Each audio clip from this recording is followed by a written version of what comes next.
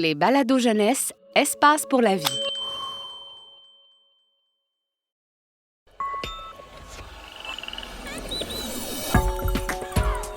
Les animaux aussi aiment lire. Le Salon littéraire des animaux, un balado du Biodôme de Montréal.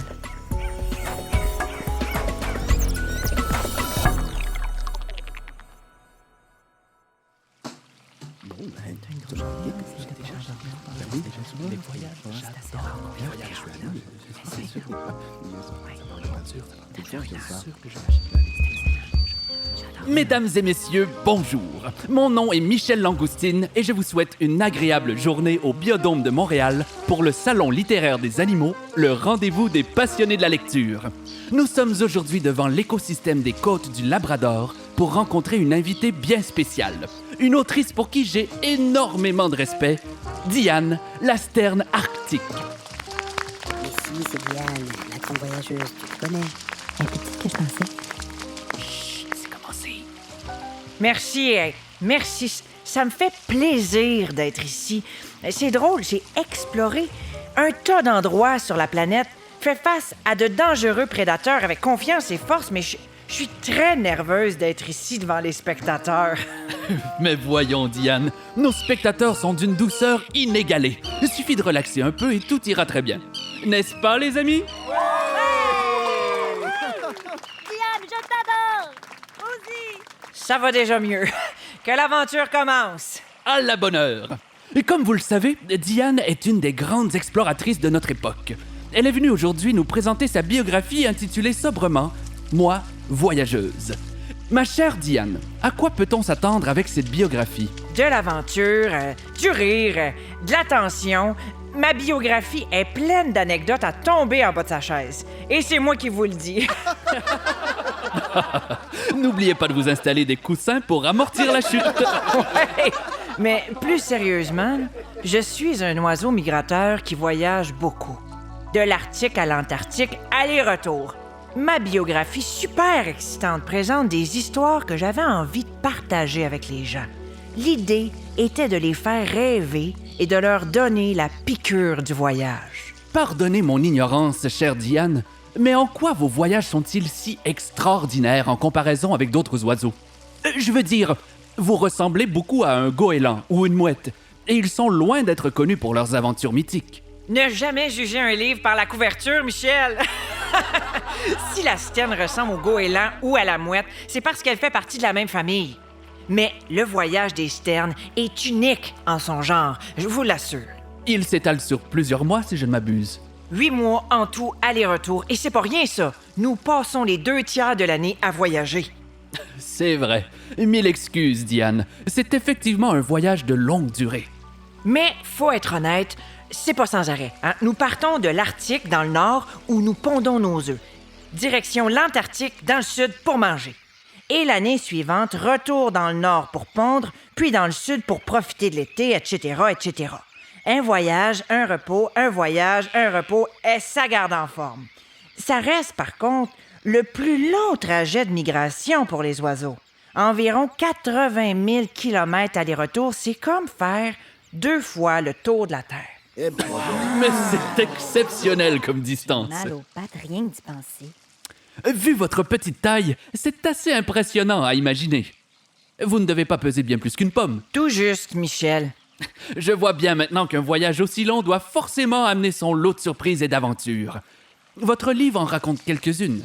Ah oui! Mon chapitre favori décrit ma rencontre avec Sofiane, un macareux moine vivant sur les magnifiques côtes du Labrador. Vous connaissez? Très peu. C'est une sorte de pingouin? En fait, les macareux sont une espèce différente, mais ils sont de la même famille. Comme vous, avec les goélands et les mouettes. C'est ça! Le macareux moine, c'est un oiseau marin. Il a un plumage noir, un ventre blanc et un grand bec coloré. C'est pour ça qu'il est parfois surnommé perroquet de mer. C'est d'ailleurs ce à quoi j'ai pensé lorsque j'ai rencontré Sofiane pour la première fois. Pendant un instant, j'ai cru m'être trompé de chemin que j'étais rendu en Afrique ou en Amazonie. Mais j'étais bel et bien sur les côtes du Labrador. C'est pas tout à fait le même décor. J'ai confondu Sofiane avec un gros perroquet, alors que j'étais en fait en présence d'un macareux moine. Un super gentil en plus. Il m'a tout de suite offert des poissons. Toute une chance. Oh oui, le macareux moine est un pêcheur naturel hors pair. Mais je vous dis, il est loin d'être le plus habile quand vient le temps de voler. Rien à voir avec nous, les sternes. Moi, là, je suis championne d'aviation. Mais les connaissances doivent être partagées. Pour remercier Sofiane de m'avoir nourri, je lui ai enseigné quelques techniques de vol. Lui m'a montré plusieurs tactiques de pêche. C'était une expérience très enrichissante. Et je suis maintenant experte. Ah oui? Dites-nous en plus. Hop! Je fais un piqué dans l'eau, plouche, et je capture mes proies avec mon bec, une à la fois. Pas besoin de plonger bien profond pour attraper de succulents poissons. Sinon, je profite des gros prédateurs marins comme les baleines et les phoques. Ils font parfois remonter les poissons à la surface et je n'ai qu'à les ramasser. C'est un peu comme un buffet à volonté. C'est tellement pratique. Et vous mangez seulement des poissons? Ça dépend de l'endroit où je suis dans le monde et de si j'ai des petits à nourrir. Les poissons et les crustacés font toujours un succulent repas, qu'ils viennent de la mer ou des rivières. J'aime aussi les insectes et... Vous ne mangez pas de langoustine, j'espère. Voyons. Ben non, là. Il nous arrive parfois, en tout dernier recours, là, d'avoir à improviser, mais on mange jamais de langoustine. Il y a d'ailleurs un chapitre à ce sujet dans mon livre. Je volais tranquillement au-dessus de l'Atlantique avec mes compagnons de voyage quand, soudainement, le ciel s'est couvert. Mais Une tempête terrible qui a duré plusieurs jours. Des pluies torrentielles et glaciales avec des vents tellement forts qu'on croyait en perdre notre plumage. Oh, là, c'est terrible! J'ai jamais rien vu de tel, c'était irréel. Et bien sûr, la nourriture était difficile à dénicher. Incroyable! qu'avez-vous fait pour vous en sortir? J'ai honte de l'avouer, mais j'ai eu recours à l'impardonnable. Quand la tempête s'est calmée, je me suis posée sur un rocher où d'autres oiseaux profitaient du soleil. J'avais tellement faim que je me suis approchée de leurs provisions et j'ai volé leur nourriture. C'était une question de survie. Allons, mes chers amis. Qui d'entre nous n'a jamais fait d'erreur dans sa vie? Bon, vous voyez bien, mis à part le criquet, tout le monde ici est coupable. D'ailleurs, c'est le temps de passer aux questions du public. Un de nos spectateurs avait une question pour vous, je crois. Ah oui? J'écoute. Quel est votre nom? Juan Miguel, je suis une grenouille dorée du Panama. Vous portez bien votre nom. Le jaune doré vous va à merveille. Merci, c'est gentil. Je sais que j'ai une chance en or. Je me demandais, Diane, quel est le but d'un si long voyage? Bonne question, Juan Miguel. J'aimerais vous dire que l'aventure est la seule vraie raison, mais en fait, le but principal, c'est de se rendre au nord pour trouver un endroit où faire un nid avec le moins de prédateurs possible. Une place pour se reposer, fonder une famille. Le bon côté de tout ça, c'est que ça me permet de vivre 2 étés dans la même année. 2 étés? Mais comment est-ce possible? Ça semble compliqué, mais je vous explique. La Terre est divisée en 2 parties, appelées hémisphère nord et sud. Ils sont séparés par une ligne imaginaire au milieu qu'on appelle l'équateur. Pendant que c'est l'été dans l'hémisphère nord, c'est l'hiver dans l'hémisphère sud et vice-versa. Quand l'hiver se pointe le bout du nez dans le nord, hop, je fais mes valises, je pars dans le sud où c'est l'été. Je rejoins ainsi des zones près de l'Antarctique. Il y a plusieurs avantages à ça. On est beaucoup moins exposé aux prédateurs. Ça facilite la survie.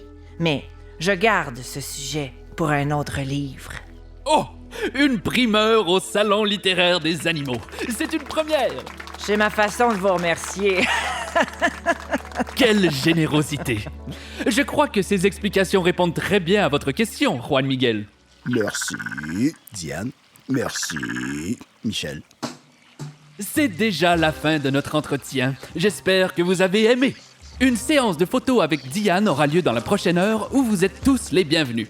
Merci à vous, cher public, et surtout à vous, très chère Diane. Merci à tous les aventuriers et aventurières qui sont venus. N'oubliez pas de passer à la séance photo. Merci et à la prochaine! Diane! Diane! Diane! Diane! Diane! Diane! Hey, moi, je fais une photo. Ce balado est une production signée La Puce à l'oreille pour Espace pour la vie. Un texte de Jonathan Jourdain, avec les voix de Vincent Kim, Ève Presso et Philippe Racine. Une co-réalisation de La Puce à l'oreille et des studios Bakery. Espace pour la vie est un service de la Ville de Montréal et le plus important complexe en sciences de la nature au Canada. Pour retrouver tous nos balados, rendez-vous sur espacepourlavie.ca.